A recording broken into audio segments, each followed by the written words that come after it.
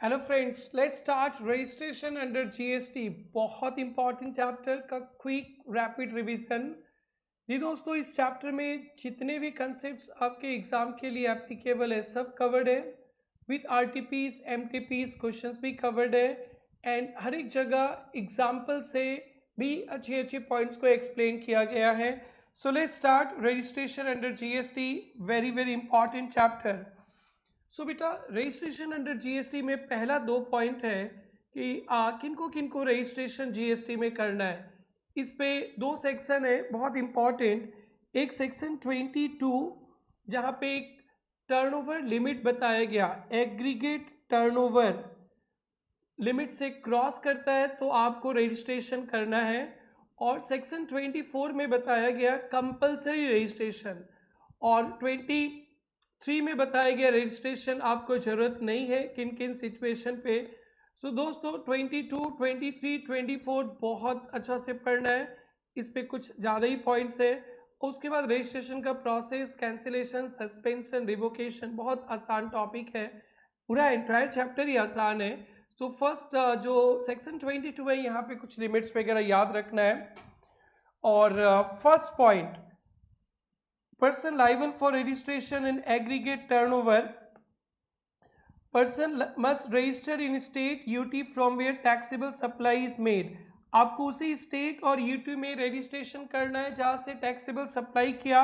If aggregate turnover exceeds threshold limit, अगर आपका 80 aggregate turnover exceeds, दोस्तों ये 10 लाख भी है, 20 लाख भी है, 40 लाख भी है। अगर एग्रीगेट टर्नओवर 10, 20, 40 लैक्स को पार कर गया तो आपको रजिस्ट्रेशन करना है। सो ये एग्रीगेट टर्नओवर क्या होता है, ये वेरी वेरी इंपॉर्टेंट। और कौन कौन सा स्टेट यूटीज पे 10, 20, 40 लैक्स। फिर जो स्मॉल स्टेट्स है उसके लिए 10, 20 लाख है, बड़े स्टेट्स के लिए 40 लैक्स गुड्स का। और सर्विस के लिए स्मॉल के लिए 10 लैक्स और बड़े के लिए 20। सर्विस में 10, 20, 10, 20। और गुड्स के केस में दोस्तों थोड़ा सा चक्कर है, गुड्स के केस में 10, 20, 40 सब देखते हैं। सो सबसे पहला टर्म एग्रीगेट टर्नओवर, ये इम्पॉर्टेंट है, इसको याद करना है। इसमें थ्योरी क्वेश्चंस भी आते प्लस प्रैक्टिकल आपको एमसीक्यूज में भी मिल सकता है। So aggregate turnover, aggregate turnover includes taxable supply, exempted supply, export, inter state supply, PAN wise, all India basis. बस यही है एटी का definition. Taxable, exempted, export, good services both, inter state supplies भी आएंगे, permanent account number PAN wise आएंगे क्योंकि GST में registration PAN wise करते हैं। All India basis T, T T का मतलब taxable, exempted, export, inter state. But aggregate turnover excludes, ये सब प्लस नहीं करना। जीएसटी जब अपन टैक्सेबल सप्लाई करते हैं जो बिल बनता है जीएसटी के साथ, जीएसटी सेस वगैरह नहीं आएगा। आरसीएम इनवर्ड सप्लाईज, कभी कभी किसी और के सप्लाई में हम लोग आरसीएम में फंसते हैं, वो हमारा सप्लाई एग्रीगेट टर्नओवर पे नहीं आएगा। Interest discounts on deposits loan, GRI, जी मतलब जीएसटी कंपोनेंट, आर का मतलब आरसीएम, इंटरेस्ट डिस्काउंट। सो एग्रीगेट टर्नओवर टी, और क्या नहीं आएगा, GRI। टी का मतलब taxable, exempted, export, interest supply, pan. और GRI नहीं आएंगे, GST component, RCM, inward supply, interest discount, loans and advances. ऐसे कल वैल्यू ऑफ सप्लाई में पढ़े थे आप, ट्रेनर ट्यूटोरियल्स ने आपसे इंटरेस्ट वगैरह चार्ज किया तो वो वैल्यू ऑफ सप्लाई में आएगा। अगर आपका लोन, एडवांसेस, डिपॉजिट्स पे इंटरेस्ट है तो नहीं आएगा। दोस्तों हर एक इम्पॉर्टेंट टॉपिक पे मैंने क्वेश्चंस रखा है, इस पे एग्जाम्स पे भी आते हैं। और जहाँ जहाँ पे कोई टॉपिक्स पे एमटीपी, आरटीपीज भी पे क्वेश्चंस है, जैसे एमटीपी मई 25, एमटीपी जनवरी 25, सब कुछ कवर्ड है। सो ये एक one full stop full revision होगा दोस्तों अच्छा से। और जीएसटी पोर्शन कंप्लीट होने के बाद इनकम टैक्स और अकाउंट्स, एडवांस अकाउंट्स का भी रैपिड रिवीजन आने वाला है। अकाउंट्स में सबसे पहले हम लोग अकाउंटिंग स्टैंडर्ड्स कवर करेंगे और 5-6 चैप्टर से, एक चैप्टर का तो ऑलरेडी हो चुका है, और एडवांस अकाउंट्स में सारे आरटीपीज एमटीपीज के क्वेश्चंस भी कवर करेंगे। सो आप लोग वेट कीजिए और कमेंट सेक्शन में जरूर से लिखिए और क्या क्या रिक्वायरमेंट है। I am ready to help you in each and every aspect. आपको पास करवाने के लिए आरजी हमेशा आपके सर्विस पे।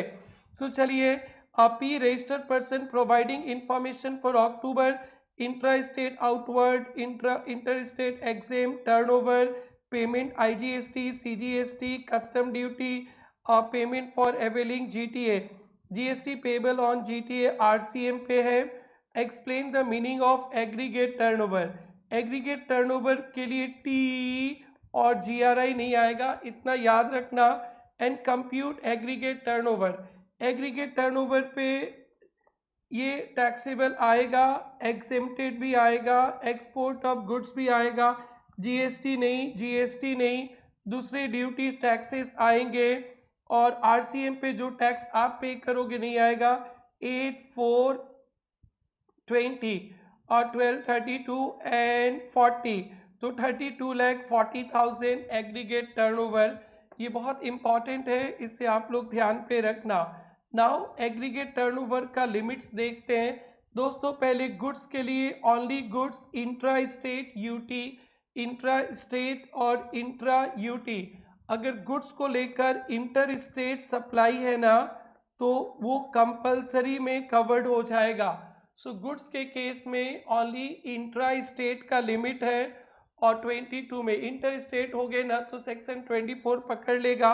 बट सर्विस के केस में इंटर इंट्रा दोनों है।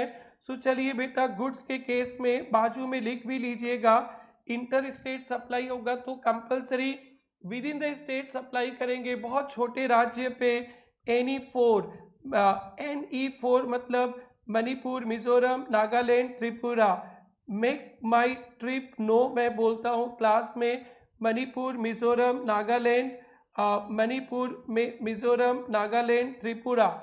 इस पे 10 लाख का लिमिट है NE4।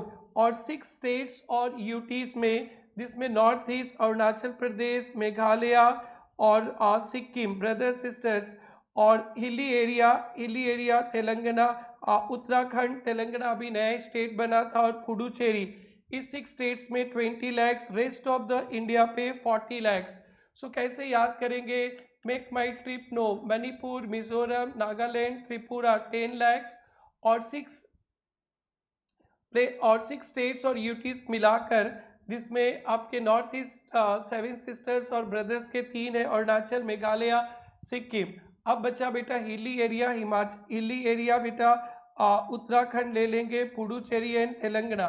सो क्या बोलेंगे बेटा? अरुणाचल, मेघालय एंड सिक्किम, और बेटा PUT, अरुणाचल प्रदेश, मेघालय, सिक्किम तो रहेगा, और पुट मतलब Puducherry, Telangana, Uttarakhand 20 lakh. Rest of the India बेटा, असम स्पेशल स्टेट है, हिमाचल प्रदेश स्पेशल स्टेट है, जेके भी स्पेशल स्टेट्स है जीएसटी में, बट 40 लाख। तो ध्यान रखेंगे 10, 20, 40। फिर से लास्ट बोल दे रहे हैं, मणिपुर, मिजोरम, नागालैंड, त्रिपुरा 10 लाख, और अरुणाचल प्रदेश, मेघालय, सिक्किम, पुडुचेरी, उत्तराखंड, तेलंगाना 20 लाख, बाकी का 40 लाख। बट अगर आप नोटिफाइड गुड्स में डील करते हो तो आपके लिए 40 लाख नहीं मिलेगा। Notified goods 40 lakh not available, तो आप 10 लाख या 20 लाख पे आ जाएंगे। सो डेट इज 20 लाख पे ही आ जाएंगे। Ice cream, paan masala, tobacco, aerated water, fly ash, fossils, mills, building bricks, earthen, roofing tiles. तो बेटा याद रखना, ice cream, paan masala, tobacco, aerated water, fly ash, fossils, building bricks, earthen और रूफिंग टाइल्स पे 40 लाख नहीं। सपोज आसाम से ही आप काम कर रहे हो, नॉर्मल प्रोडक्ट है तो 40 लाख, आइसक्रीम, पान मसाला, एरिएटेड वाटर ये सब पे है तो आपको 20 लाख मिलेगा। नेक्स्ट बेटा, ओनली सर्विस, अगर सिर्फ सर्विस देते हो या service plus goods, only service या सर्विस प्लस गुड्स। सर्विस के केस में इंटर और इंट्रा नहीं देखते, गुड्स के केस में तो बेटा वो स्पेशल 4 स्टेट्स पे 10 lakhs, rest of India 20 lakhs. बस इतना ही था मेरे दोस्त। ओनली सर्विस इंटर इंट्रा हो या सर्विस प्लस गुड्स में तो आसाम से भी करोगे तो 20 लैक्स। अब बेटा कभी कभी ना ऐसा होता है ना कि आपका पैन बेसिस पे देखते ऑल इंडिया, एक बिजनेस नॉर्थ ईस्ट स्टेट्स पे है, ये एनी 4 पे है और एक आसाम पे है। तो अगर एक बड़े स्टेट में और एक छोटे स्टेट में, तो आपका टर्नओवर लिमिट छोटा स्टेट पहले एप्लीकेबल हो जाएगा। सो बड़े जगह पे भी काम करते हैं, छोटे जगह, बिकॉज जीएसटी तो पैन बेसिस पे होता है ना, तो छोटे जगह वाला लिमिट लगेगा। लेकिन छोटे जगह से आप नॉन टैक्सेबल काम करते हो, दारू वगैरह बेचते हो, पेट्रोल डीजल बेचते हो, तो लिमिट देखने के लिए 80 में सब कुछ आएगा, बट छोटे स्टेट का लिमिट नहीं लगेगा। ध्यान से सुनना, एग्जाम्पल्स तो है ही। आप बड़े स्टेट छोटे स्टेट दोनों जगह काम करते हो तो आपका लिमिट वो 40 लाख से नहीं सीधा 10-20 लाख पे आ जाएगा। बट छोटे स्टेट से नॉन टैक्सेबल दारू वगैरह पेट्रोल डीजल बेचते हैं तब आपका लिमिट बड़ा स्टेट का ही रहेगा, बट 80 का कैलकुलेशन में टी आई सब कुछ आ जाता है। सो ये ध्यान देना, multi estate business rule, if any branch any states any 4 या छोटे और भी 6 स्टेट्स पे जहाँ 10-20 लगता है, थ्रेशोल्ड लिमिट 10 या 20 पे आ जाएगा। Exception not reduce if any branch is making exempted supply. तो ये ध्यान रखना बेटा, गुड्स के लिए 10-20-40 लैक्स, नोटिफाइड्स के लिए 10-20, सर्विस और मिक्स भी रहेगा 10-20, मल्टी स्टेट रहेगा तो एनीवे ब्रांच रहेगा तो फिर 10 लैक्स, और वो 6 अगर रहेगा तो 20 लैक्स हो जाएगा। इन बातों को समझाने के लिए बहुत सारे एग्जाम्पल्स हैं और ये सारे एग्जाम्पल्स आपके एग्जाम पे आए हुए हैं दोस्तों। नेहा असम और त्रिपुरा दोनों जगह से काम करती है, तो त्रिपुरा मेक माई ट्रिप, त्रिपुरा 10 लैक्स का लिमिट हो जाएगा गुड्स का। असम से सप्लाई 25 लाख, त्रिपुरा से 12 लैक्स, टोटल तो 37 लैक्स हो गया। स्पेशल कैटेगरी स्टेट में तो 37 लैक्स। इंट्रा स्टेट सप्लाई है, रजिस्ट्रेशन रिक्वायर्ड असम त्रिपुरा दोनों जगह पे। सोनाली महाराष्ट्र में और नागालैंड पे से लीकर बेचती है, तो इनके लिए लिमिट नागालैंड का नहीं लगेगा, इनके लिए लिमिट महाराष्ट्र 40 लैक्स लगेगा, बट एग्रीगेट टर्नओवर पे टी सब कुछ आ जाएगा। Maharashtra 35 lakhs, Nagaland liquor 9, 35 plus 9 of 40 lakhs registered in Maharashtra only, no registration in Nagaland, aggregate turnover 40 lakhs। बेटा बहुत एग्जाम्पल है, जुलीना तेलंगाना से फुटवेयर बेचती है तो पुट्स में आ गया, पुट में आ गया था तो पुट में आ गया तो रजिस्ट्रेशन 20 लैक्स। पुलकित गोवा वाले बीच से जूता बेचता है 40 लैक्स, नो रजिस्ट्रेशन। हर्षित पान मसाला हिमाचल प्रदेश 40 लैक्स है, पान मसाला नोटिफाइड गुड्स, तो रजिस्ट्रेशन रिक्वायर्ड, थ्रेशोल्ड 20 लैक्स। अंकित आसाम से सर्विस देता है, सर्विस के लिए 20 लैक्स, रजिस्ट्रेशन रिक्वायर्ड। संचित आसाम से गुड्स और सर्विस दोनों सप्लाई करता है तो सर्विस आ गया 20 लैक्स, तो रजिस्ट्रेशन चाहिए। राघव आसाम से मेडिसिन 9 लैख। इंटर स्टेट बेटा गुड्स इंटर स्टेट करेंगे तो रजिस्ट्रेशन सेक्शन 24 आ गया कंपलसरी। सो बेटा ये सेक्शन 24 80 के साथ वहाँ 80 और तीन लिमिट्स याद रखना, नोटिफाइड गुड्स याद रखना, कंपलसरी रजिस्ट्रेशन। यहाँ पे इग्नोर 80 आपका नहीं देखना है, आपको कंपलसरी रजिस्ट्रेशन करना है। इसको याद रखने के लिए बहुत सारे आइटम्स हैं, ये इम्पॉर्टेंट है। आइस कोल्ड पेंट्स रखा गया है, बट मैं अपने हिसाब से पढ़ाऊँगा तो ध्यान से देखना, ध्यान से सुनना बेटा।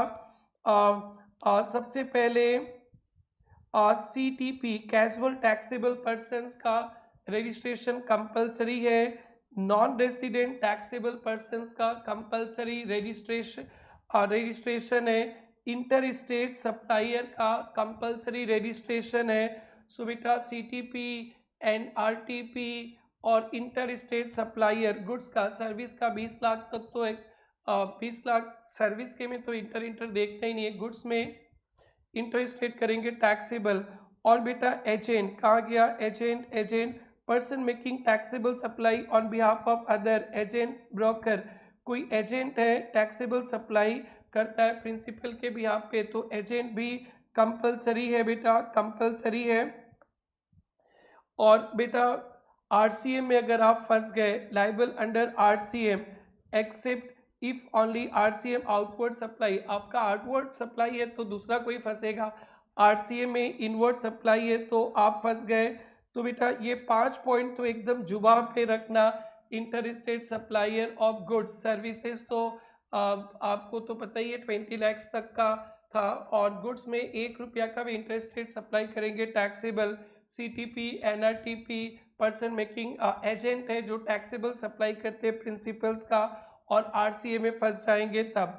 अब बेटा ये 5-6 याद रखना, इसमें 2 टाइप से क्वेश्चंस आते, एक डायरेक्ट थ्योरी क्वेश्चंस मिलेगा और या केस स्टडीज मिलेगा या एमसीक्यूज मिलेगा। Now inter state supplier service में 20 लाख 10 लाख तो था, हैंडीक्राफ्ट गुड्स बस इसको ध्यान रखना, हैंडीक्राफ्ट गुड्स बेचेंगे इंटर स्टेट तो भी 10-20 लाख तक आपको इंटर स्टेट पे भी अलाउड है। सपोज किसी का जूता का दुकान है, शूज सब फुटवेयर सप्लाई करता है असम से बंगाल, तो 10,000 का टर्नओवर हो, 10 लाख का टर्नओवर हो कंपलसरी, बट हैंडीक्राफ्ट गुड्स करेंगे एक स्टेट से दूसरे स्टेट तो 20 लाख 10 लाख तक no, not taxable, no compulsory registration. Casual taxable persons के बारे में आगे पढ़ना है दोस्तों, सीटीपी भी कंपलसरी रजिस्ट्रेशन, यहाँ भी हैंडीक्राफ्ट गुड्स 10-20 लाख तक है तो no compulsory registration. E com related जो e com operator Amazon Flipkart जो टीसीएस वगैरह कलेक्ट करता है इनके लिए कंपलसरी रजिस्ट्रेशन। ई कॉम 9(5) ओला उबेर अर्बन क्लेप 9(5) पढ़ेंगे बेटा, ये लोग का भी कंपलसरी रजिस्ट्रेशन। और ई कॉम के थ्रू कोई सप्लाई करता है, ई कॉम के थ्रू कोई सप्लाई करता है गुड्स एंड सर्विसेज, थ्रेशोल्ड यहाँ भी अगर 10 लाख तक है तो फिर यहाँ पे no, within the state है 10 लाख 20 लाख तो नो रजिस्ट्रेशन कंपलसरी, इस पे पढ़ेंगे बेटा आगे चलकर। तो पहले ई कॉम ऑपरेटर को करना है, 9(5) वाला ई कॉम ऑपरेटर को भी करना है। अगर आप सप्लाई करते हो अमेजोन फ्लिपकार्ट के थ्रू और आपका with in the state 10-20 lakh तक की है तो कंपलसरी रजिस्ट्रेशन नहीं, बट एक स्टेट से दूसरा स्टेट जाएगा तो कंपलसरी रजिस्ट्रेशन हो जाएगा। कलेक्टर ऑफ टीडीएस आपको पता है एग्जेम्प्टेड सप्लाई में पढ़ाया था, गवर्नमेंट डिपार्टमेंट्स लोकल अथॉरिटीज ये टीडीएस कलेक्ट करने के लिए इनका कंपलसरी रजिस्ट्रेशन है। ऑन ओआईडीआर प्रोवाइडर ये आपको पढ़ने नहीं, आउटसाइड इंडिया से अनरजिस्टर्ड पर्सन इंडिया को दिया है सर्विसेज, आरसीएम में फंस गए वो। Distributor of input service credit, input service credit भी इंटरमीडिएट पे नहीं है। Person making taxable supply on behalf of other agents, any other notify government international gaming service provider और एनआरटीपी। सो बेटा आइस कोल्ड पेंट्स में रखा गया है, 5-6 को आप याद रखना अच्छी तरह से। नाउ बेटा सेक्शन 22 बताया थ्रेशोल्ड लिमिट पे, सेक्शन 24 बताया कंपलसरी, और सेक्शन 23 आकर बोल रहा है persons not liable for registration. अगर आप नॉन टैक्सेबल एग्जेम्प्टेड सप्लाई करते हैं, पेट्रोल ऑयल डीजल दारू बेचते हैं तो जीएसटी नहीं है तो वहाँ रजिस्ट्रेशन नहीं। एग्रीकल्चरिस्ट किसान इंडिविजुअल हब याद रखना, ये थ्योरी का भी इम्पॉर्टेंट आ सकता है एग्जाम में। अगर किसान इंडिविजुअल हब है who cultivate land by own labour, खुद लेबर से with the help of family members और through hired labor servant under personal supervision, तो आप एग्रीकल्चरिस्ट हो तो एग्रीकल्चरिस्ट पे को भी जीएसटी नहीं है तो टैक्स ही नहीं देना है तो रजिस्ट्रेशन नहीं। अगर किसान अदर गुड सर्विसेज देता है, एग्रीगेट टर्नओवर लिमिट को पार कर लेता है तो फिर आपका रजिस्ट्रेशन करना मैंडेटरी है। Goods government notified person, government ने बोल दिया ये लोगों को रजिस्ट्रेशन नहीं करना है तो नहीं करेंगे। जैसे आरसीएम सप्लायर, मैं वकील साहब हूँ, मैं ऐसा काम करता हूँ आरसीएम में फंसते तो मेरे को रजिस्ट्रेशन नहीं करना है, मेरा पार्टी लोग रजिस्ट्रेशन कर लेंगे। इंटर स्टेट सर्विस 10 lakhs, तो ये तो पता ही है, सर्विस प्रोवाइडर 20 lakhs तक के लिए इंटर इंट्रा सारा एग्जेम्प्टेड है। यस, ये थोड़ा सा अच्छा से देखना। हैंडीक्राफ्ट इंटर स्टेट गुड्स का सप्लायर, अभी पढ़े थे इंटर स्टेट गुड्स हो तो कंपलसरी है। हैंडीक्राफ्ट पे 10-20 lakhs तक का टर्नओवर है। इंटर स्टेट सप्लायर तो भी टैक्स फ्री है, बट यहाँ पे पैन चाहिए, ई वे बिल चाहिए। कैजुअल टैक्सेबल पर्सन भी इंटर स्टेट करता है तो 10-20 lakhs तक यहाँ भी नो रजिस्ट्रेशन। ऑब्जेक्टिव है हैंडीक्राफ्ट गुड एक स्टेट का दूसरे स्टेट चाहे प्रमोशन होए। और e com supplier, e com service का वही 10-20 lakhs तक। एंड ई कॉम गुड्स का सप्लायर तो बेटा one state only, with in one state, और पैन डिक्लेरेशन और आपको एनरोल करना है। ये बहुत इंपॉर्टेंट है दोस्तों। ई कॉम ऑपरेटर के थ्रू गुड्स देते हैं तो वन स्टेट में ही देना है। पैन डिक्लेरेशन एनरोलमेंट जीएसटी में एनरोलमेंट कर लिए तो आपको कंपलसरी आपको रजिस्ट्रेशन नहीं करना है। कमीशन एजेंट ऑफ एग्रीकल्चरिस्ट तो खुद ही जीएसटी में नहीं है तो कमीशन एजेंट भी जीएसटी में नहीं आएगा। No registration. If principal agriculturist exempt, no registration तो फिर जरूरत नहीं है। अगर वो टैक्सेबल है आरसीएम तो registration. Agriculture agent selling farmers feed तो फिर यहाँ पे टैक्सेबल ही नहीं है तो रजिस्ट्रेशन नहीं। Commission agent of agricultural, no registration. Commission agent of taxable person, taxable supply करते तो registration. Commission agent liable under RCM में, तब तो आरसीएम में फंस गए तो टैक्सेबल रजिस्ट्रेशन करना है। एग्रीकल्चर प्रोड्यूस एग्जेम्प्टेड बेचते हो तो नो रजिस्ट्रेशन। कुछ एग्जाम्पल एमटीपी आरटीपी के देखेंगे। इसके बाद रजिस्ट्रेशन का प्रोसेस और कैंसिलेशन, सस्पेंशन, बस और कुछ नहीं, और रिवोकेशन। सो बेटा Seema potato is agriculture produce, no registration. Jannat agent है, रजिस्ट्रेशन कंपलसरी प्रोवाइडेड वो टैक्सेबल काम करती है। एसएन गुप्ता राजस्थान का ट्रेडर प्लस एजेंट है तो रजिस्ट्रेशन कंपलसरी। आइए एमटीपी में 25 का क्वेश्चन देखते हैं। Examine whether liability to register compulsory है क्या, सेक्शन 24 में पूछा है। सुनैना रे supply Maharashtra x supply of potato out of cultivation own, तो answer is C is not liable for registration. If it's interstate intrastate कुछ भी हो, not liable for registration. Fenil is working agent supplying taxable, agent taxable supply करता है तो compulsory. Of Antony is registered, aggregate turnover से कोई मतलब नहीं, मैंडेटरी रिगार्डलेस ऑफ टर्नओवर। फेनिल इज कंपलसरी रजिस्ट्रेशन। तो एमटीपी में 25 में आया तो जनवरी 26 वाले थोड़ा ध्यान रखना। फिर MTP January 25, right oils and unregistered entity UP engaged in machine oil, taxable है। हाई स्पीड डीजल ये टैक्सेबल नहीं है। During month it supplied oil in UP 15 lakh, also supply high speed diesel in UP. 80 के लिए दोनों देखेंगे, 15 + 10 25 lakhs। For it supplies oil in Punjab from branch in Punjab, और 10 आ गया। All amounts are excluding GST, याद रखना। 80 का डेफिनेशन टी but not included GRI. Determine whether liable for registration तो जोड़ेंगे 15 10 35 हुआ तो यूपी का टर्नओवर 40 लाख से not required for registration. Own supply UP machine oil 35 lakh not, क्योंकि limit 40 lakhs। What will be answer if right oil supplies high speed diesel in state capacity of agent, तो high speed diesel taxable नहीं है तो agent भी non taxable, not attracted, not liable. Where invoice of customers are made in, will your answer be difference? No बेटा, high speed diesel taxable ही नहीं है तो इसमें क्या देखना यारो। नेक्स्ट है बेटा GST registration place of business. So आपका प्लेस ऑफ बिजनेस का रजिस्ट्रेशन करना है from where taxable supply is made. Registration tied to state of fix establishment not where the goods are delivered. तो जहाँ पे गुड्स डिलीवर्ड होता है वो नहीं देखता है जहाँ से आप सप्लाई करते हो। मिस्टर अनुपम दिल्ली ऑफिस है, इंपोर्ट किया मुंबई पोर्ट से, सेल्स किया मुंबई, तो उनको दिल्ली ऑफिस का रजिस्ट्रेशन करना है।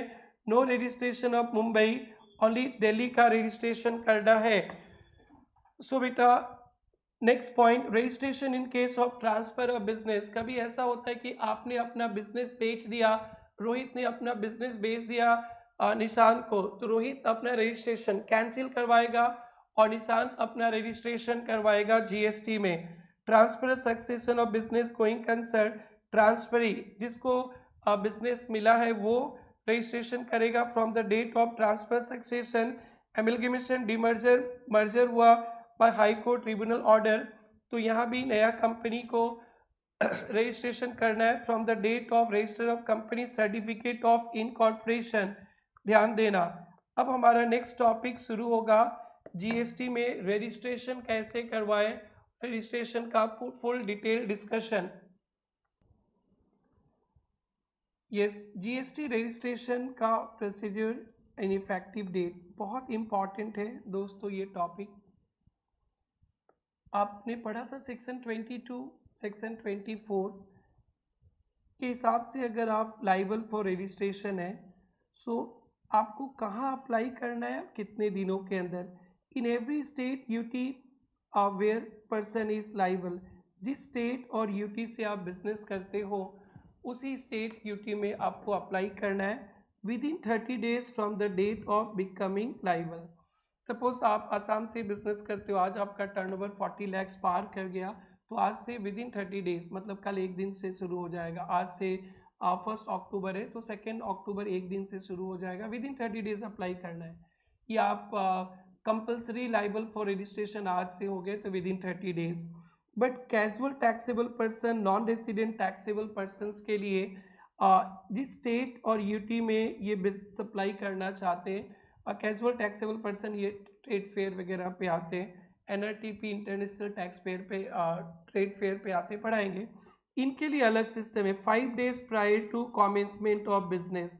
नॉर्मल सीनेरियो में था within 30 days from the date liable for registration, CTP NRTP को कॉमेंसमेंट के 5 डेज पहले।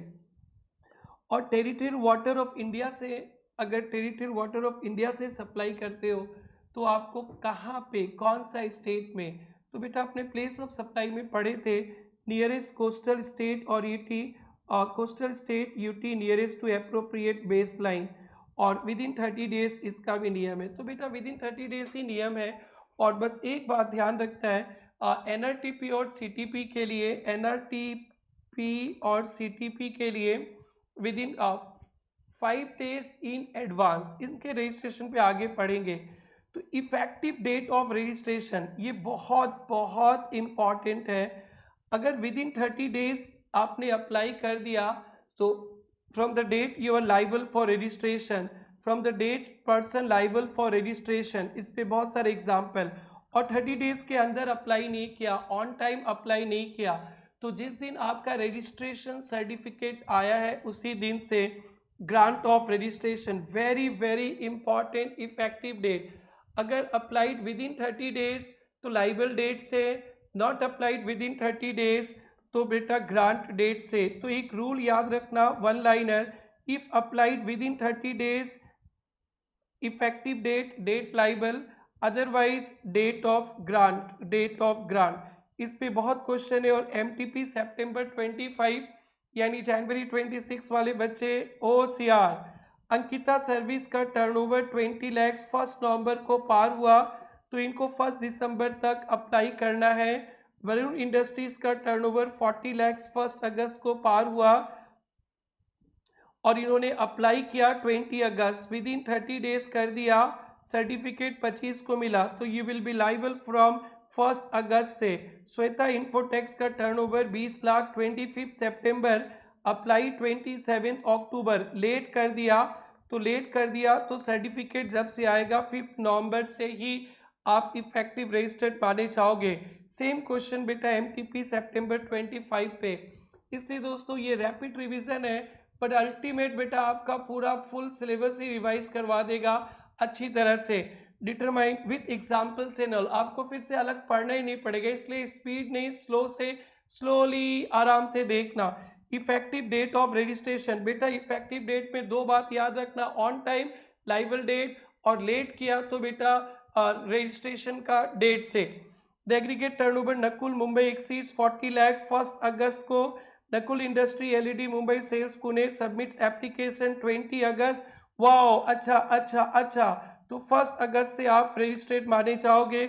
अग्रवाल टेरी आर्किटेक्ट इन लखनऊ एग्रीगेट टर्नओवर 20 लाख, 25 अक्टूबर, 27 नवंबर, ऊपर वाला ये 5 दिसंबर से ही रजिस्ट्रेशन माने जाएंगे।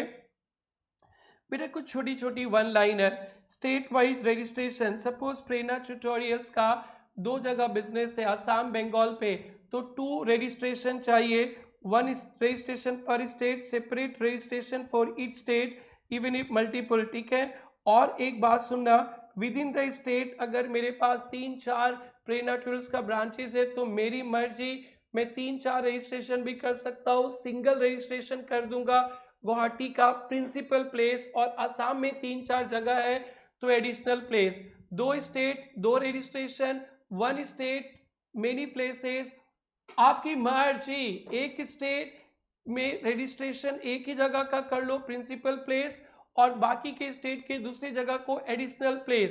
But with in the state आपका बिजनेस एक नॉर्मल एरिया में और स्पेशल इकोनॉमिक जोन पे, गुजरात में आपका बिजनेस नॉर्मल एरिया पे और SEZ पे, तो विद इन द गुजरात भी दोनों बिजनेस का अलग अलग रजिस्ट्रेशन करना पड़ेगा। With in state registration, 1 GST cover all branches, option to take separate registration for each place। Place of business, place of business का मतलब बिजनेस का प्लेस जहां रिकॉर्ड रखते हैं, जहां एजेंट ऑपरेट करता है, सब place of business.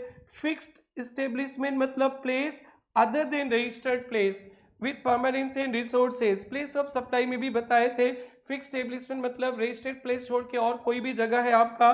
Principal place, main place declared in GST registration. Separate registration for multiple places optional if taken. Tax invoice ITC चाहिए कोई नहीं। ये SEZ unit developer, separate registration distinct from non SEZ in same state. Example रखा, ये important है इसलिए। Shivani industries UP में SEZ non SEZ, separate registration required SEZ के लिए, नॉन SEZ के लिए। डिस्टिंक्ट पर्सन, आपका 2 स्टेट में अलग अलग रजिस्ट्रेशन है तो GST अंकल के लिए डिस्टिंक्ट पर्सन, या आपका एक ही स्टेट में अलग अलग रजिस्ट्रेशन है तो ईच सेपरेट को GST रजिस्ट्रेंट को डिस्टिंक्ट पर्सन कहते हैं। और आपका ये सब मैंने कवर किया था बेटा सप्लाई चैप्टर में। आपका आसाम में कपड़ा का दुकान है एंड गोवा में दारू बेचते हैं, तो आसाम का तो रजिस्ट्रेशन चाहिए, गोवा का तो नहीं चाहिए, उसे distinct establishment of distinct person कहते हैं। सर वॉलंटरी रजिस्ट्रेशन भी हो सकता है क्या? सेक्शन 20 to 24 जिनको बोला उनको तो रजिस्ट्रेशन करना है, बट अगर आप 20 to 24 में कवर्ड नहीं है, दैट इज आसाम के अंदर कपड़ा सप्लाई करते 40 लाख से कम है, तो आपको रजिस्ट्रेशन नहीं करना है। बट आप चाहे तो वॉलंटरी रजिस्ट्रेशन कर सकते हैं। Person not liable for 20 to 24 voluntary registration. 1 registered, एक बार रजिस्टर्ड कर दिए तो पूरा आप GST में रजिस्टर्ड पर्सन की तरह माने जाएंगे। सर क्यों पंगा लेना? बेटा वॉलंटरी रजिस्ट्रेशन 2 पर्पस के लिए होता है। एक, आप GST में रजिस्टर्ड हो जाओगे ना तो आपका नेम फेम बढ़ जाएगा, और जो बड़े बड़े बिजनेसमैन है ना GST रजिस्टर्ड पर्सन से ही सामान खरीदना चाहते हैं। Customer preferred from registered person, और स्मूथ कंप्लायंस, क्रेडिबिलिटी, और avail ITC inverted tax structure. Inverted tax structure ध्यान रखना, जो आप सामान खरीदते हो उस पर GST रेट हाई है, जब बेचते हो GST रेट कम है, खरीदने पे हाई बेचने पे कम। इन्वर्टेड टैक्स स्ट्रक्चर ये अपने ITC में बोले थे, तो आपको ना वॉलंटरी रजिस्ट्रेशन लेना चाहिए क्योंकि इनपुट टैक्स क्रेडिट मिल जाएगा। सुयो मोटो रजिस्ट्रेशन बेटा सितंबर 25 पे इस पे क्वेश्चन आ चुका है। सुयो मोटो रजिस्ट्रेशन मतलब GST अंकल को लगता है कि आपको रजिस्ट्रेशन करना था बट आप किए नहीं, आपको उनको लगता है कि आपका टर्नओवर 10, 20, 40 से ऊपर है, बट आप किए नहीं, तो ये अपने आप ही आपको रजिस्टर कर देंगे। कुछ गलत लगता है तो आप अप्लाई करो, फिर उसके बाद फिर देखा जाएगा। If liable person fails to register, आपको लगता था जीएसटी में रजिस्ट्रेशन करना, किया नहीं, प्रॉपर ऑफिसर में ग्रांट टेम्प्ररी रजिस्ट्रेशन, आपको टेम्प्ररी रजिस्ट्रेशन कर दिया जाएगा। Person must apply within 90 days और फाइल अपील। अब अंकल ने आपको रजिस्टर कर दिया तो आपको 90 डेज के अंदर अप्लाई कर देना रजिस्ट्रेशन के लिए, और आपको लगता है कि नहीं होना चाहिए तो अपील करना। अगर अपील में आप हार गए तो विद इन 30 डेज आपको अप्लाई करना है। GST will be effective from the date of temporary order. So बेटा इस पे क्वेश्चंस पूछ लिया। आप सोच नहीं सकते हो कहाँ कहाँ से क्वेश्चन पूछा जाए, इसलिए आपको ना बहुत अच्छा से पढ़ना है। सियोमोटो हो तो 90 डेज के अंदर। MGST रजिस्ट्रेशन प्रोसेस सेक्शन 25 बेटा 22, 23, 24 से 25। जीएसटी रजिस्ट्रेशन प्रोसेस थोड़ा सा ब्रीफ में सुन लीजिए। पहले पार्ट ए भरते हैं, रजिस्ट्रेशन फॉर्म 1, जिसमें PAN, mobile number, email, state, UT, फिर TRN मिलता है बेटा, जनरेटेड एंड सेंड आपके मोबाइल ईमेल पे। पार्ट बी में रजिस्ट्रेशन 01 पे business, bank detail, principal place, additional place, composition, normal, Aadhaar का ऑथराइजेशन के बारे में, एक्नॉलेजमेंट, इलेक्ट्रॉनिक एक्नॉलेजमेंट इशूड होता है।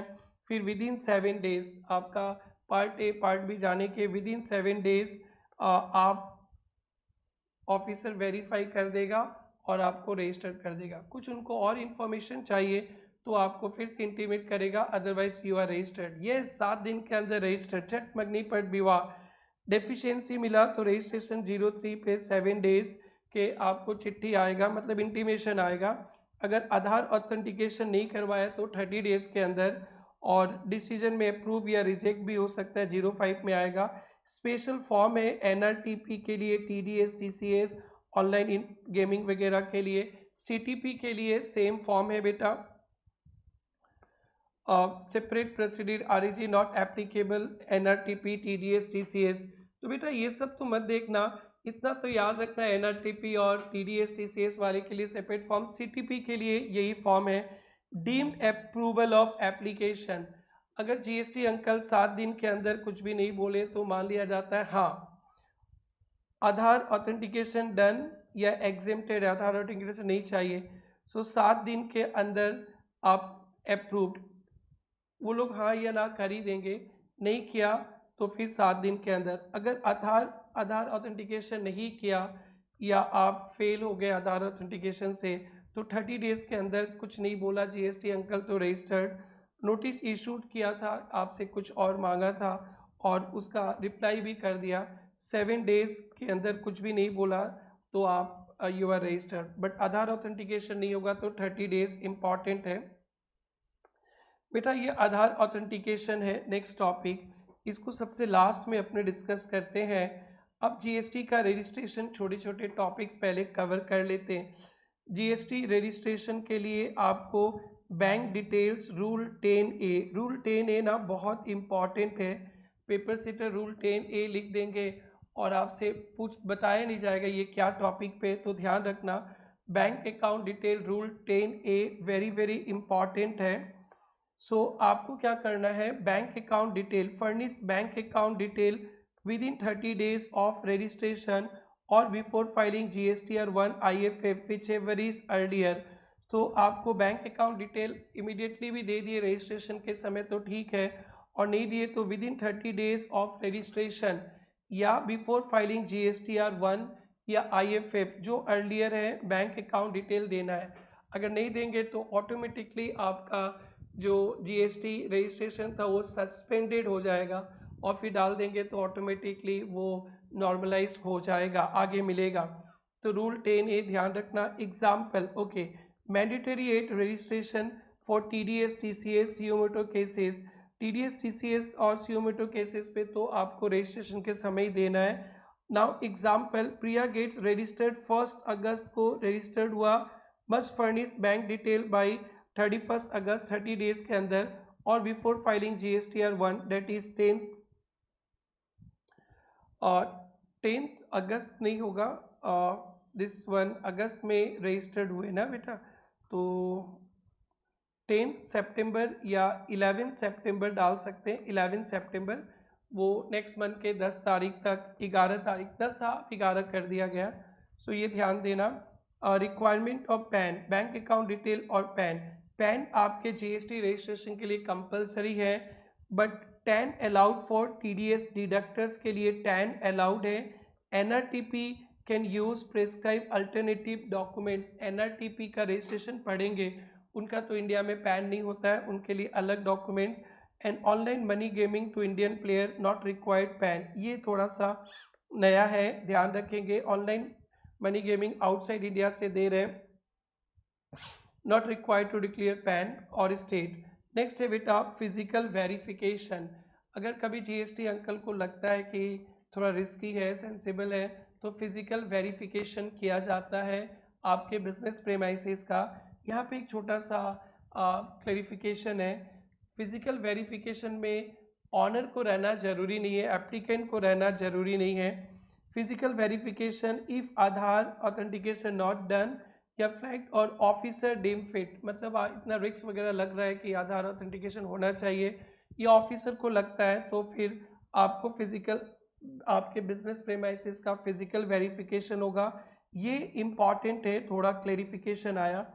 प्रेजेंस रिक्वायर्ड, नो एप्लीकेंट में बी प्रेजेंट, एप्लीकेशन में be present, no so still go, no applicant में बी प्रेजेंट, आप है तो ठीक है, नहीं तो कोई बात नहीं, नो सो स्टिल गो। और registration within 30 days after verification registration हो जाएगा, और रिपोर्ट अपलोड करना है फिजिकल वेरिफिकेशन का। पोस्ट रजिस्ट्रेशन हुआ है तो विद इन 15 डेज, और प्री रजिस्ट्रेशन अगर ये वेरिफिकेशन हुआ है तो 5 days before 30 days registration limit. और सर्टिफिकेट ऑफ रजिस्ट्रेशन बहुत लाइट टॉपिक है, रजिस्ट्रेशन 06, ये फॉर्म नंबर याद रखना।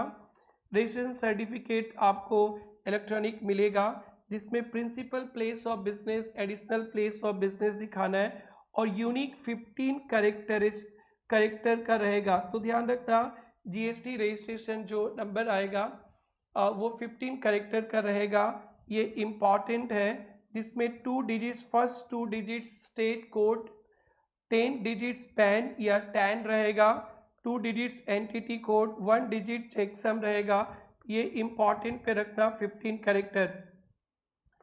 Registration special provisions, deemed grant of registration certificate, अगर जीएसटी अंकल ने 7 दिन के अंदर, वो 30 डेज के अंदर कुछ नहीं किया तो डीम टू बी रजिस्टर्ड।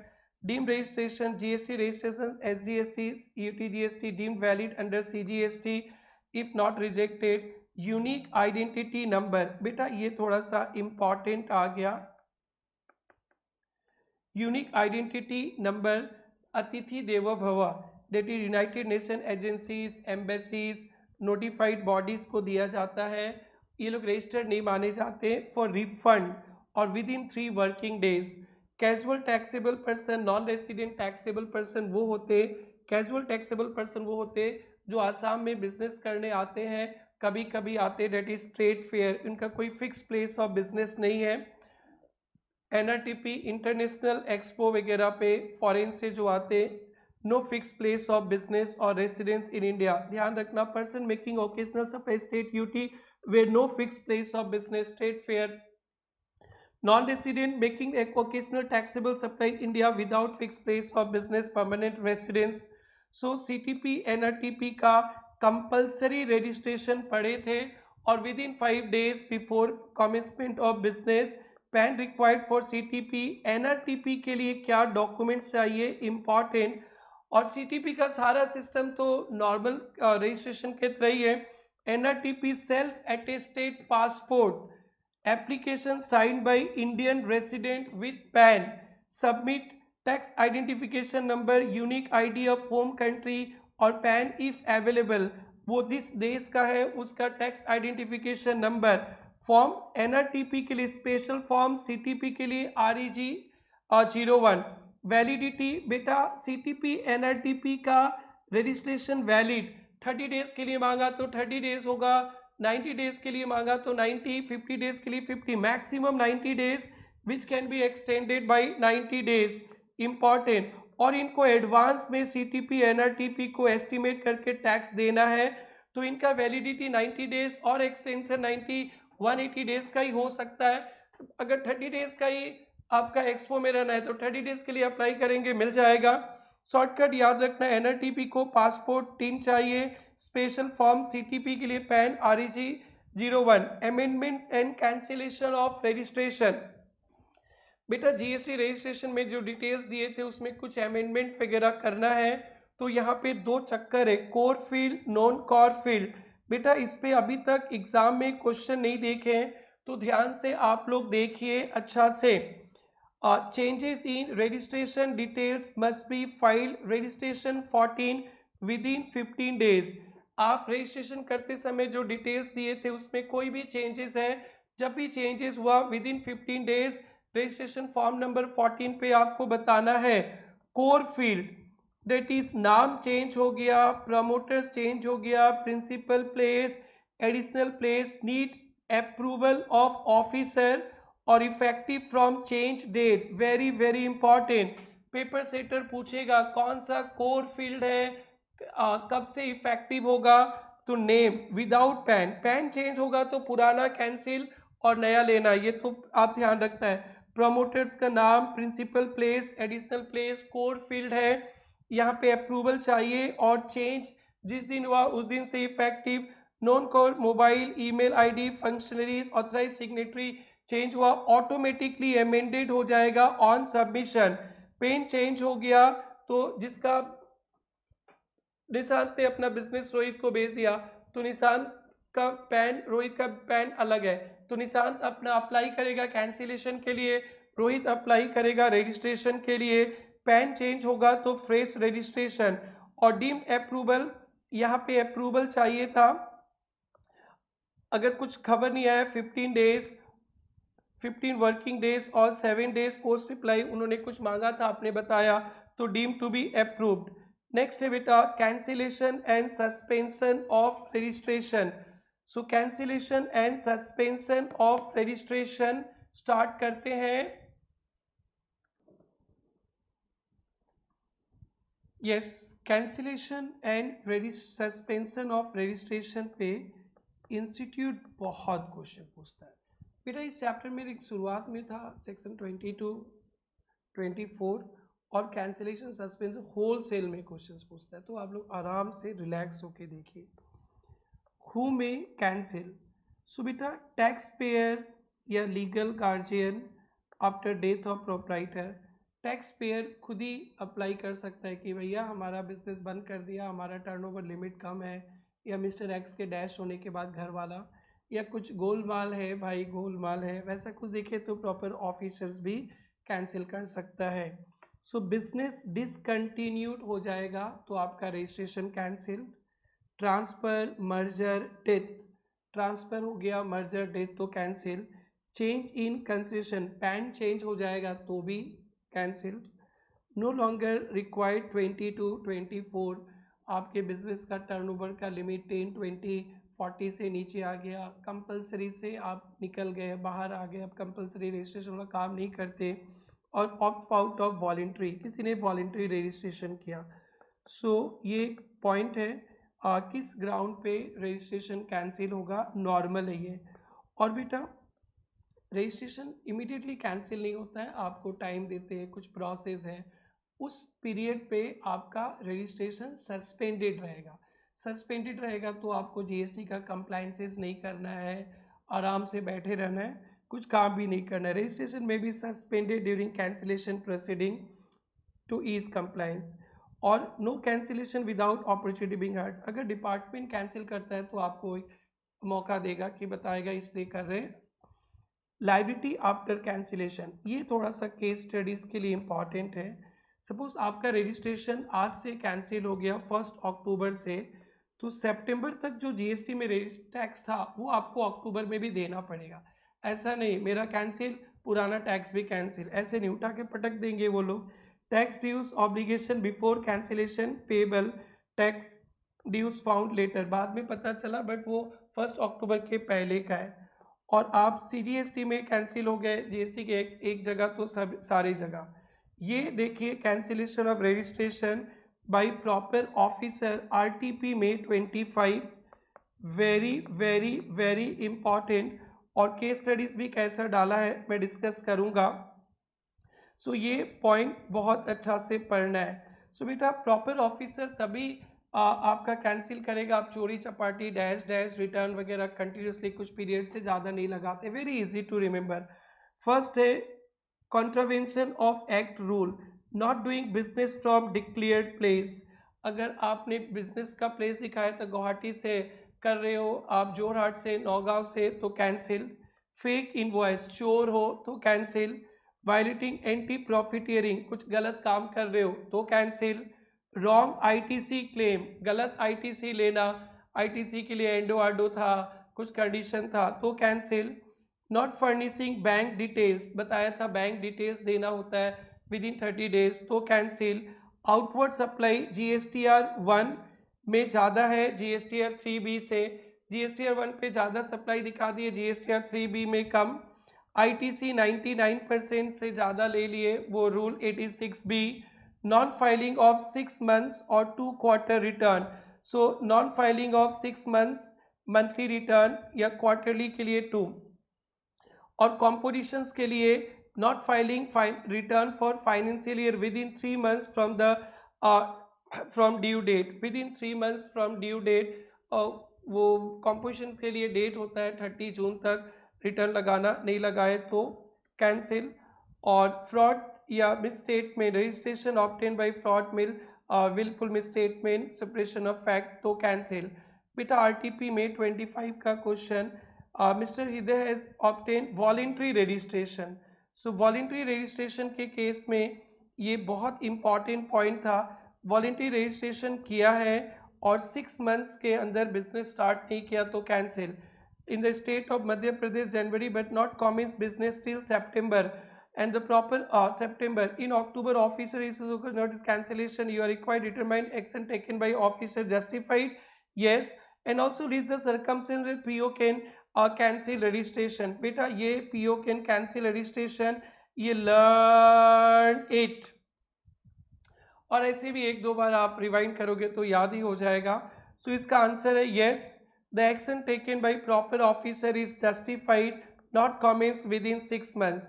बेटा आपका GST का रजिस्ट्रेशन कैंसिल हो जाएगा से 1 अक्टूबर आज से। तो बेटा ITC में पढ़े थे ना आइस ऑफ फिश, तो इनपुट सेमी फिनिश गुड्स या फिनिश गुड्स पे जो भी ITC लिया था उस पे टैक्स देना पड़ेगा। तो बेटा cancellation of reversal of credit on cancellation, तो यहाँ पे बेटा इनपुट लिख लेना, इनपुट पे या इनपुट इन सेमी फिनिश्ड या फिनिश गुड्स पे higher of the following ITC inputs, input in stock और इनपुट इन WIP से आइस ऑफिस। और दैट इज आपने जो ITC में पढ़ा था ध्यान रखना, before the date of cancellation that is 30 सितंबर को जो था, ये output tax on those goods, इस पे जो आउटपुट टैक्स है जो हायर है आपको डेबिट इन क्रेडिट लेजर, अगर ITC है तो डेबिट कर देंगे या कैश। और सिमिलरली कैपिटल गुड्स भी है ना, कैपिटल गुड्स ITC में जो पढ़ा था वही है, higher of the following ITC taken less reduce by 5% per quarter और tax on transaction value. So input पे कैपिटल गुड्स पे आपको टैक्स वापस करना है। सस्पेंशन एंड रिवोकेशन, सस्पेंशन बताए थे बेटा, आप कूलिंग पीरियड है जब तक आप फाइनली रेट कैंसिल नहीं होते हो तब तक। Suspension when tax payer applies, जब टैक्स पेयर अप्लाई करता है तो सस्पेंशन कब होगा बेटा, इस पे MCQs एक्सपेक्ट कर सकता है, मैंने एग्जाम्पल डाला है। Suspension from later of application date, जिस दिन आपने अप्लाई किए कि भैया आज अप्लाई कर रहे, आज से 1 अक्टूबर है, मैं अप्लाई कर रहा हूँ कि 1 सितंबर से हमारा कैंसिल कर दो, तो एप्लीकेशन डेट 1 अक्टूबर है आज, 1 नवंबर से कैंसिल कर दो, तो 1 अक्टूबर का एप्लीकेशन डेट और डेट शॉर्ट इन एप्लीकेशन, और जो आपका डेट है जिस दिन से कैंसिल करवाने चाहते हो डेट इज 1 नवंबर। अप्लाई किया 1 अक्टूबर को, हमें GST से आज़ाद कर दो 1 नवंबर, सो विच एवर इज लेटर, तो डेट इज 1 नवंबर से आप सस्पेंडेड। एग्जाम्पल देखिए, आपने अप्लाई किया 15 अगस्त को, चिट्ठी भेजा कि हमें जीएसटी से आज़ाद करो और आज़ादी का डेट 1 सितंबर से चाहिए, तो यस 1 सितंबर से you are suspended. Very very important, ये रूल 21A1 इंपॉर्टेंट रूल भी याद रखना। और rule 21(2)A suspension department initiate करता है। डिपार्टमेंट किस सिचुएशन पे इनिशिएट करता है, very very important. Theory plus MCQs plus case studies कुछ भी आ सकता है। रूल 21(2)A बोलता है if comparison of return under 39 that is 3B and outward supply with outward supply GSTR 1 पे कुछ और सप्लाई दिखाए, 3B पे और, या इनवर्ड सप्लाई फ्रॉम सप्लायर्स, किसी ने आपको माल बेचा है वो तो सप्लाई दिखा रहा है बट आपके सप्लाई से मैच नहीं हो रहा है, आपके इनपुट वगैरह से सिग्निफिकेंट डिफरेंस दिख रहा है, तो फिर आपका आपका रजिस्ट्रेशन सस्पेंडेड हो जाएगा। Contravention of rule 10A bank details, तो ये दो सिचुएशन पे डिपार्टमेंट इनिशिएट करता है, आपको एक इंटीमेशन दिया जाता है within 30 days to explain, और deem revoked once compliance bank detail दे देंगे तो आपका जो सस्पेंशन था कैंसिल, वो रिवोक हो जाएगा इफ नॉट कैंसिल। तो रूल 21(2)A बोलता है कि आपका जीएसटीआर 3B से 1 या इनवर्ड सप्लाई, जो सप्लाई ने जीएसटीआर 1 दिया था वो आउटपुट आपके लिए इनवर्ड में कुछ सिग्निफिकेंट डिफरेंस होता है, या बैंक अकाउंट डिटेल्स के लिए तो आपको इंटीमेशन दिया जाएगा 30 डेज के अंदर। और बैंक अकाउंट डिटेल्स वाला तो भैया जब डिटेल दे दोगे ऑटोमेटिकली वो रिवोक्ड हो जाएगा, प्रोवाइडेड कैंसिल नहीं हुआ आपका रजिस्ट्रेशन। और बाकी सब के लिए आपको जो डिफरेंस आया वो पे करके इंटरेस्ट आपको सब देने से वो भी अल्टीमेटली नॉर्मलाइज हो जाएगा। एक एग्जांपल देखिए, ABC trader fails to file bank detail, registration auto suspended, they updated 25 अगस्त को, suspension auto revoked as registration was not cancel.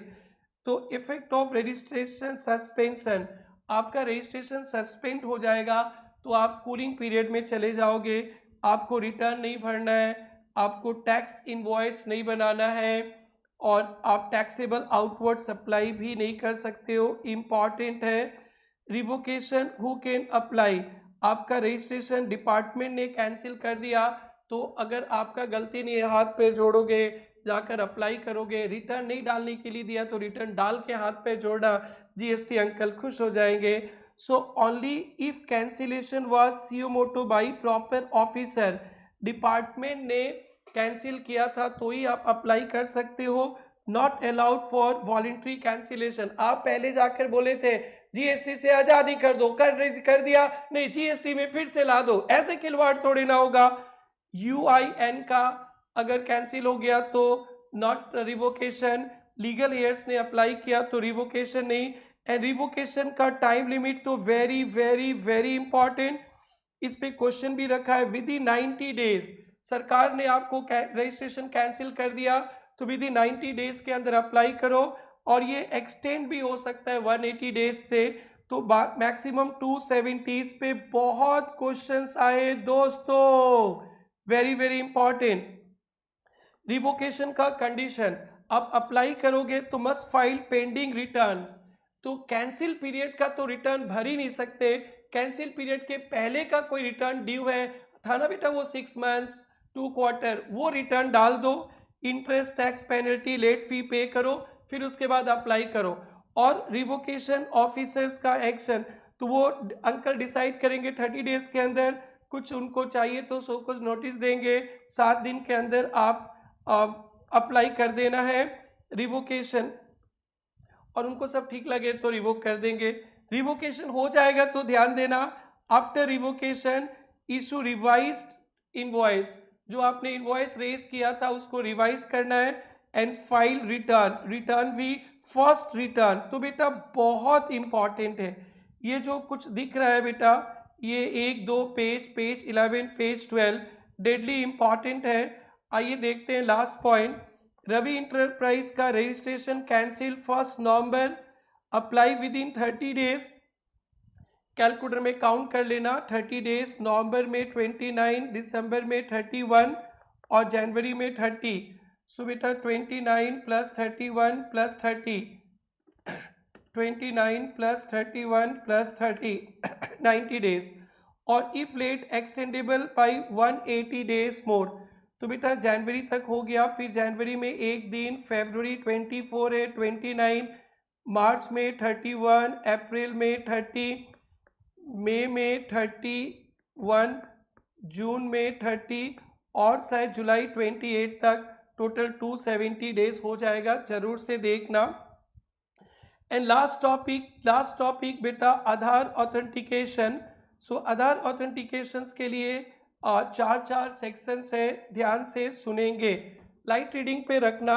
Aadhaar authentication first section 25(6) से एग्जिस्टिंग रजिस्ट्रेंट जो पहले से जीएसटी में रजिस्टर्ड है, all registered persons, rule 10B बोलता है ऑल रजिस्टर्ड पर्सन्स के लिए, person requiring Aadhaar, proprietorship business के लिए, फॉर्म होगा तो पार्टनर्स, हफ होगा karta, MD, whole time director, member of committee, authorise signatory, ये करना है मैंडेटरी। बेटा ये बहुत जरूरी है, filing revocation of registration cancel, अगर पुराने रजिस्टर्ड पर्सन नहीं करेंगे ना, अगर रजिस्ट्रेशन कैंसिल हो गया तो रिवोकेशन फाइल नहीं कर सकते। फाइलिंग रिफंड भी लेना है तो क्लेमिंग रिफंड फॉर एक्सपोर्ट, ये बहुत इंपॉर्टेंट है। अगर आपके पास आधार नहीं है तो Aadhaar enrolment ID, bank passbook with photo, voter ID, passport, driving licence within 30 days, नहीं करेंगे पुराने रजिस्टर्ड तो रजिस्ट्रेशन इनवैलिड। आधार लगाओ 30 दिन में काम बनाओ, वरना रजिस्ट्रेशन बिगड़ जाओ, आपका रजिस्ट्रेशन ही कैंसिल हो जाएगा, इनवैलिड। बेटा आधार ऑथेंटिकेशन फॉर न्यू रजिस्ट्रेशन, अब जो नया रजिस्ट्रेशन के लिए अप्लाई कर रहे हैं, इंडिविजुअल्स के लिए 25(6)(b) और कंपनी फॉर्म के लिए 25(6)(c। इंडिविजुअल एप्लीकेंट्स हैं तो इनको application date earlier of Aadhaar authentication date और 15 days from registration, part B जो अर्लियर है उसके अंदर आपको अप्लाई करना है। रिस्क, अगर डिपार्टमेंट को लगता है कुछ रिस्क वाला फैक्टर है तो बायोमेट्रिक ऑथराइजेशन चाहिए, फोटो डॉक्यूमेंट्स फैसिलिटेशन सेंटर में जाकर आपको ये डॉक्यूमेंट्स वगैरह देना है। If Aadhaar not specify not assign alternate ID that is passport, voter ID, site verification principal officers भी हो सकता है बेटा। Application completion only biometric Aadhaar, physical verification हो सकता है, पढ़ लिए थे 30 डेज 7 डेज ये सब पढ़ लिए थे अपने पहले। बेटा अदर पर्सन्स के लिए that is company form, trust वगैरह के लिए, इनके लिए ऑन सबमिशन, इनके लिए अगर बिजनेस फॉर्म है तो पार्टनर्स, करता, मैनेजिंग डायरेक्टर, ट्रस्टी, ये सब का आधार ऑथेंटिकेशन करना है। और यहाँ पे भी सेम बायोमेट्रिक फेलिसिटेशन सेंटर सब कुछ सेम ही है, जस्ट नॉर्मल रीड लगा देना। एंड एग्जेम्प्ट, ये बहुत इम्पॉर्टेंट है, किनका किनका आधार ऑथेंटिकेशन नहीं चाहिए। सो ध्यान से देखना, नॉन सिटीजन जो इंडिया का सिटीजन नहीं है, local authorities, statutory bodies, PSUs, UIN applicants, government department establishment, ये 5-6 पॉइंट्स 5-6 नंबर मिला देगा। Non citizen, local authority, statutory body, PSU, सारी government, UIN, government department establishments. So ये था दोस्तों आपका रजिस्ट्रेशन का quick revision within 1 hour 3 minutes पे। आई होप आप लोग के लिए बहुत इफेक्टिव रहेगा। जरूर से कमेंट सेक्शन पे मैं आपके कमेंट का वेट करता हूँ और अपने दोस्तों के साथ भी शेयर कीजिए। Take care, bye bye.